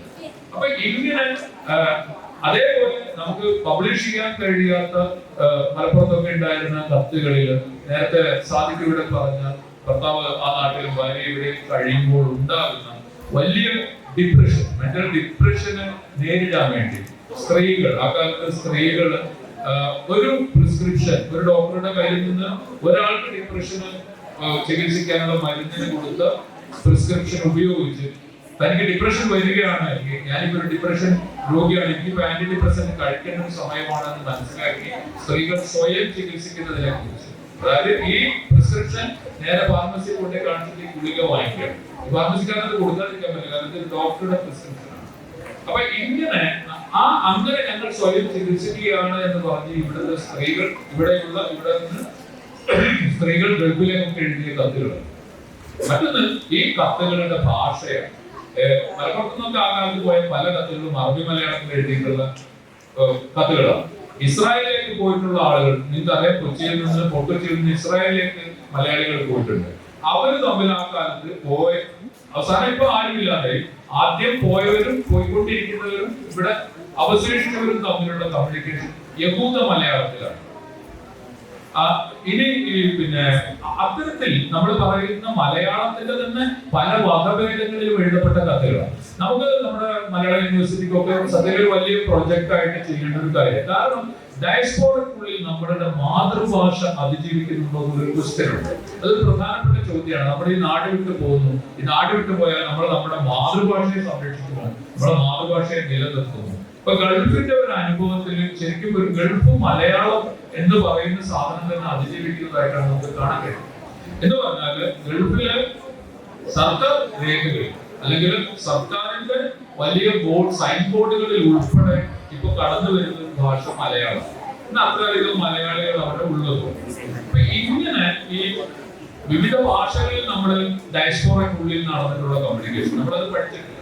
നമുക്ക് അറിഞ്ഞില്ല. അറബി മലയാളത്തിൽ, യഹൂദ മലയാളത്തിൽ, അല്ലെങ്കിൽ കോട്ടയം ഭാഗത്തുള്ള പിന്നെ ആ ഒരു ക്രിസ്ത്യൻ ഇതിൽ വരുന്ന മലയാളത്തിൽ, ഇതിലൊക്കെ ലിപികൾ വേറെ ഒക്കെ ഉപയോഗിച്ച് എഴുതിയിട്ടുള്ളത് ആ കാലത്ത് എന്തൊക്കെ കമ്മ്യൂണിക്കേറ്റ് ചെയ്തിട്ടുണ്ട്. മറ്റൊരു കാര്യം കൂടി പറയാനുള്ളത്, നമ്മൾ നമ്മുടെ സാഹിത്യത്തെ കുറിച്ച് നോക്കുമ്പോൾ ഈ ഡയസ്പോറ ലിറ്ററേച്ചർ എന്ന് പറയുന്നത് ഈ നാട് വിട്ടവർ മാത്രം എഴുതിയതായിട്ട് നമുക്ക് കാണാൻ കഴിയും. ഉദാഹരണത്തിന് എം.ടി. വാസുദേവനാരുടെ കാര്യം എടുക്കാം. എം.ടി. വാസുദേവനാരുടെ നിന്റെ ഓർമ്മയ്ക്ക് പോലൊരു കഥ, അല്ലെങ്കിൽ കടുകണ്ണാവ ഒരു യാത്രക്കുറിപ്പ് പോലത്തെ ഒരു കഥ, അതല്ലെങ്കിൽ ഷെർലക്ക് പോലത്തെ ഒരു കഥ. ഈ കഥയെല്ലാം നടക്കുന്നത് കേരളത്തിന് പുറത്തും ഇന്ത്യക്ക് പുറത്താണ്. ഇന്നത്തെ നോക്കുമ്പോൾ ഇന്ത്യക്ക് പുറത്താണ്. ആദ്യത്തെ കഥ നിന്റെ ഓർമ്മയ്ക്ക് എന്ന് പറയുന്ന കഥ ഒരു ശ്രീലങ്കൻ കഥയാണ്, ശ്രീലങ്കയിലെ ഒരു കഥയാണ്. അതിന്റെ തന്നെ രണ്ടാം ഭാഗമാണ് കടുകണ്ണാവ എന്ന് പറയുന്നത്. ഷെർലക്ക് എന്ന് പറയുന്ന കഥ ഒരു അമേരിക്കൻ മലയാളി കഥയാണ്. ആ കഥയിലാണ് വാസ്തവത്തിൽ മലയാള സാഹിത്യത്തിൽ ആദ്യമായി ATM എന്ന് പറയുന്ന വിഷയം കടന്നു വരുന്നത്. വിഷയം ആദ്യമായിട്ട് മലയാള സാഹിത്യത്തിൽ നമ്മൾ കാണുകയോ അറിയുകയോ ചെയ്തിട്ടുള്ള സാഹിത്യത്തിൽ. അപ്പൊ ഡയസ്പോറയെ കുറിച്ച് എഴുതുന്നതാണോ ഡയസ്പോറ സാഹിത്യം? ഡയസ്പോറയ്ക്കുള്ളിൽ ജീവിക്കുന്നവർ എഴുതുന്നത് മാത്രമാണോ ഡയസ്പോറ സാഹിത്യത്തിലുള്ള വളരെ പ്രധാനപ്പെട്ട ഒരു ചോദ്യമുണ്ട്. കാരണം നമ്മളുടെ എല്ലാ വലിയ എഴുത്തുകാരും, നമ്മുടെ എല്ലാ വലിയ റൈറ്റേഴ്സും ഏതെങ്കിലും തരത്തിൽ ഈ ഡയസ്പോറ കണ്ടതിനെ അഭിസംബോധന ചെയ്യുന്നു. ഇപ്പൊ വൈലോപ്പിള്ളി ആസാം പണിക്കർ പോലൊരു കവിതയില്, അല്ലെങ്കിൽ കൊച്ചിയിലെ യഹൂദർ ഇസ്രായേലിലേക്ക് എന്ന് പറയുന്ന കവിതയില്, അല്ലെങ്കിൽ ഗൾഫ് സ്റ്റേറ്റുകളോട് എന്ന് പറയുന്ന കവിതയില്, ഈ കവിതകളിലെല്ലാം തന്നെ ഇത്തരത്തിലുള്ള ഒരു സംഭവം കാണാം. അപ്പൊ ഡയസ്പോറ എന്ന് പറയുന്നത് നിങ്ങളുടെ പ്രമേയങ്ങളിൽ ഒന്നായ അതിജീവനത്തിന്റെ ഒരു കഥയാണ്. എപ്പോഴും നമ്മളൊരു അതിജീവനത്തിന് വേണ്ടി ശ്രമിക്കുന്നു. അപ്പൊ ഞാൻ തന്നെ സൗദിയിൽ പോയിട്ട് മരുഭൂമിയെ കുറിച്ച് എഴുതിയത് എന്തുകൊണ്ടാണ്? കാരണം മരുഭൂമിയാണ് നമ്മളെ സംബന്ധിച്ച് അന്ന് ഗൾഫിൽ കഴിയുന്ന എല്ലാ മലയാളിയും എങ്ങനെ അതിജീവിച്ചു എന്നതിന്റെ. കാരണം മഴയില്ലാത്ത, വെള്ളം കിട്ടാത്ത ഒരു സ്ഥലത്ത് മരങ്ങളും പ്രാണികളും പക്ഷികളും എല്ലാം എങ്ങനെയാണ് സർവൈവ് ചെയ്യുന്നത്, അതിനോടൊപ്പം എങ്ങനെയാണ് മനുഷ്യരും സർവൈവ് ചെയ്യുന്നത് എന്നതിന്റെ ഒരു കഥയാണ്. അതാണ് ഈ അതിജീവനത്തിന്റെ കഥയ്ക്കുള്ളിൽ നടക്കുന്ന വേദനയുടെ കൂടി കഥ. അതായത് നമ്മളെപ്പോഴും ഈ നമ്മുടെ കേരളത്തിന് പുറത്തു പോയ ആളുകള് ഉണ്ടാക്കിയ സാമ്പത്തിക മെച്ചത്തെ കുറിച്ച് നമ്മുടെ സാമൂഹിക ശാസ്ത്രജ്ഞർ പറയുകയും സാഹിത്യം ഇതിന്റെ ദുഃഖകഥകൾ മാത്രം പറയുകയാണ് ചെയ്യുന്നത്. അപ്പൊ ഇതിൽ ഏതാണ് ശരി എന്നുള്ള ഒരു പ്രശ്നം അതിനകത്ത് കടന്നു വരുന്നത്. അതുകൂടി നമ്മൾ മനസ്സിലാക്കേണ്ടതുണ്ട്. എന്തുകൊണ്ട് ആടുജീവിതം മാത്രം, അല്ലെങ്കിൽ അങ്ങനെ അതേ കാലത്ത് സാമൂഹ്യ ശാസ്ത്രജ്ഞർ പറയുന്നത് ആ കഥയല്ല, ഇത്ര കോടി രൂപ നിങ്ങൾ അയച്ചിട്ടുള്ള കഥയാണ്. അപ്പൊ ഈ ഒരു കോൺട്രഡിക്ഷൻ, ഈ ഒരു കോൺട്രാസ്റ്റിൽ നിന്നുകൊണ്ടാണ് നമ്മൾ നോക്കേണ്ടത്. കാരണം ഇന്നും അത് തുടരുകയാണ്. പുതിയ തലമുറയിൽ ഒരു മൈഗ്രന്റ് കമ്മ്യൂണിറ്റി, കൂടുതൽ ശക്തമായ ഒരു മൈഗ്രന്റ് കമ്മ്യൂണിറ്റിയെ ജോലിക്ക് വേണ്ടി മാത്രമല്ല പഠിക്കാൻ കൂടി പുറത്തേക്ക് പോകുന്ന ഈ ഒരു ഇത് വളരെ കൂടുതൽ വർദ്ധിച്ചു വരികയാണെങ്കിൽ കേരളത്തിലെ യൂണിവേഴ്സിറ്റികളും കേരളത്തിലെ കോളേജുകളും പുറത്തേക്ക് പോകുന്ന കുട്ടികൾക്ക് ഡയറക്ഷൻസ് കൊടുക്കുന്ന സ്ഥാപനങ്ങൾ പോലും ആയി തീരുമോ ഭാവിയിൽ എന്ന് പേടിക്കാവുന്ന തരത്തിലേക്ക് പോകുന്ന ഒരു റേറ്റ് ഓഫ് മൈഗ്രേഷൻ നമ്മൾ ഇന്ന് കാണുന്നുണ്ട്. പക്ഷെ അവരിൽ പലരും വഞ്ചിക്കപ്പെടുന്നു. യഥാർത്ഥ വിസയല്ല, പല നാടുകളിൽ പോയി ഇവർ വഞ്ചിക്കപ്പെടുന്നു. ഡയസ്പോറ എന്ന് പറയുന്നത് അതിജീവനത്തിന്റെയും വഞ്ചനയുടെയും ഒരു കഥയാണ്. ആ കഥകൾ എങ്ങനെയാണ് നമ്മളിലേക്ക് വരുന്നത്, നമ്മുടെ സാഹിത്യത്തിലേക്ക് വരുന്നത്, അതാണ് എപ്പോഴും ഡയസ്പോറ ലിറ്ററേച്ചറിനെ കുറിച്ച് ആലോചിക്കുന്നവർ നോക്കേണ്ടത് എന്നാണ് എനിക്ക് തോന്നുന്നത്. ഡയസ്പൊറയെ കുറിച്ച് എഴുതുന്നവരാണോ അതോ ഡയസ്പൊറയിൽ ഉള്ളവർ എഴുതുന്നതാണോ ഡയസ്പൊറ സാഹിത്യം എന്നുള്ള ചോദ്യത്തിലായിരുന്നു അവസാനിച്ചിരുന്നത്. അതിജീവനത്തിന്റെയും ഒരുപാട് പ്രശ്നങ്ങളുടെയും പ്രയാസങ്ങളുടെയും അങ്ങനെ പല തലങ്ങൾ, സാംസ്കാരികമായും സാമൂഹികമായും രാഷ്ട്രീയമായും പല തലങ്ങളിലേക്കുള്ള അർത്ഥങ്ങൾ കൊടുക്കുന്ന ഒരു വാക്കായി കൂടിയാണ് ഡയസ്പൊറ നമ്മൾ കാണുന്നത്. സമയം ഏകദേശം അവസാനിച്ചെങ്കിലും ഒരു ചോദ്യം ആരെങ്കിലും ഒരാൾക്ക് ചോദിക്കണമെങ്കിൽ ചോദിക്കും.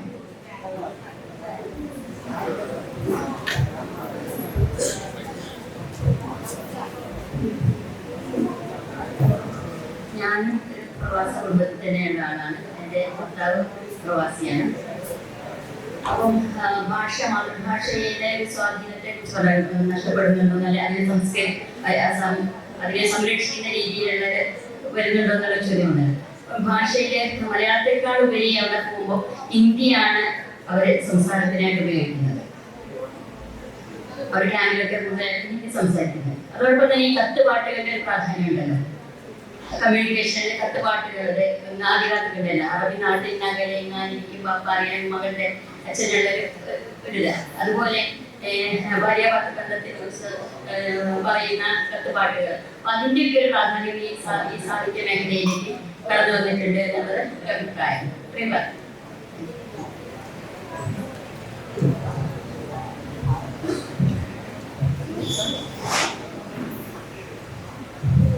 ഈ സെഷനിലൂടെ വൈകിട്ട് ചെയ്യുകയാണ്. ഡയസ്പൊറ എഴുത്തും ജീവിതം എന്ന സെഷനിൽ ഇവിടെ നമ്മളോട് സംസാരിച്ച V Muzaffar Ahmed sir, PT Muhammad Sadiq sir എന്നിവരോടുള്ള നന്ദി തുഞ്ചത്തെഴുത്തച്ഛൻ മലയാള സർവകലാശാലയുടെ പേരിലും സാഹിതി 2025 പേരിലും അറിയിക്കുന്നു. സെഷൻ അവസാനിച്ചു. ഡയസ്പൊറ എഴുത്തും ജീവിതവും